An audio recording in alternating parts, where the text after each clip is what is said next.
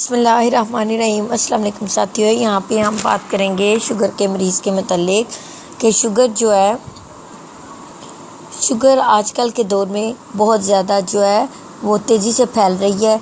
और शुगर के खतरात को बढ़ाने का मौजब जो है, ये कुछ ऐसी चीज़ें हैं जो शुगर को बढ़ाने का मौजब बनती हैं, जिनमें मोटापा हो गया, गैर मुतवाज़न ग़िज़ा का इस्तेमाल हो गया और बहुत ज़्यादा मीठी चीज़ें जो हैं, मीठी चीज़ें और प्रोटीन वाली ग़िज़ाओं का इस्तेमाल जो है ये शुगर का बायस बनती हैं। शुगर में क्या है कि जब इंसान का लबलबा काम करना छोड़ देता है तो उससे क्या है, इंसान के अंदर जो है ये लबलबा इंसुलिन पैदा करने के काबिल नहीं रहता, तो फिर जो है ये बीमारी जो है ये इंसान को लग जाती है।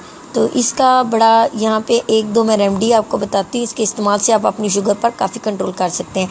लेकिन कोशिश करें कि अपनी ग़िज़ाओं में रेमेडी सबसे पहले तो चीनी का इस्तेमाल बिल्कुल तर्क कर दें, और साथ ही साथ कोशिश करें कि फ्रूट्स वगैरह खाएं, जैसे जामुन हो गया, आड़ू हो गया।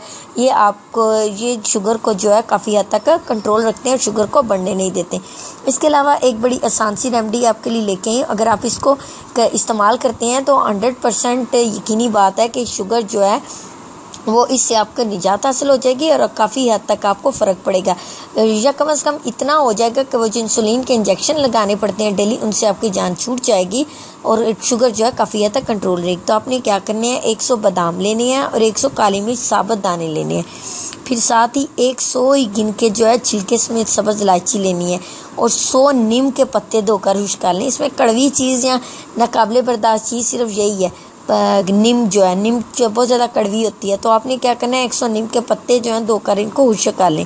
अब एक पाव काले चने भुने हुए लें छिलके समेत, ठीक है। ये सारी चीज़ें पीस लें और दिन में किसी भी वक्त आधा छोटा चम्मच इस्तेमाल करें।